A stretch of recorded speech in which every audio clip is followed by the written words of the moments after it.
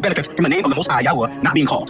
The answer is clearly Satan. And because we have not clearly called upon his name, making the distinction of who it is that we're calling upon, the world can just claim belief in God, and everyone believes that they're speaking about the same God. But this is not what YAHUAH asked of us. And so while many argue about languages and putting the English language on this pedestal, this is not correct. We must be very intentional in our worship of our Creator. When speaking to the Hebrews, YAHUAH made it clear to not make mention of any other gods. In all that I have said to you, be circumspect, and make no mention of the name of other gods, nor let it be heard from your mouth. Exodus chapter 23, verse 13. This is what he said. But he never made a claim that his name was not to be used. Never. Now let me also add to this. Be clear that even though this conspiracy against his name is something that Satan definitely benefits from pushing, he was only allowed to do so because he had the spiritual authority to do so because of what our Father declared.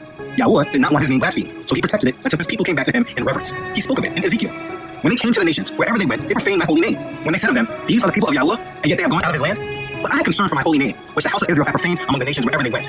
Therefore, say to the house of Israel, thus says YAHUAH Elohim, I do not do this for your sake, O house of Israel, but for my holy name's sake, which you have profaned among the nations wherever you went. And I will sanctify my great name, which has been profaned among the nations, which you have profaned in their midst. And the nations shall know that I am YAHUAH, says YAHUAH Elohim, when I am hallowed in you before their eyes. That's Ezekiel chapter 36, verses 20 to 23.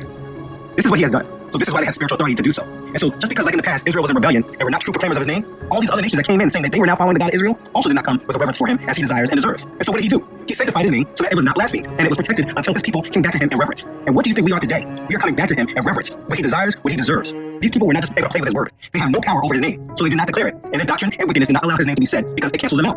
So what do? They created a doctrine that says no one should utter his name, and we that love YAHUAH today and honor his third commandment, we must absolutely reject this doctrine.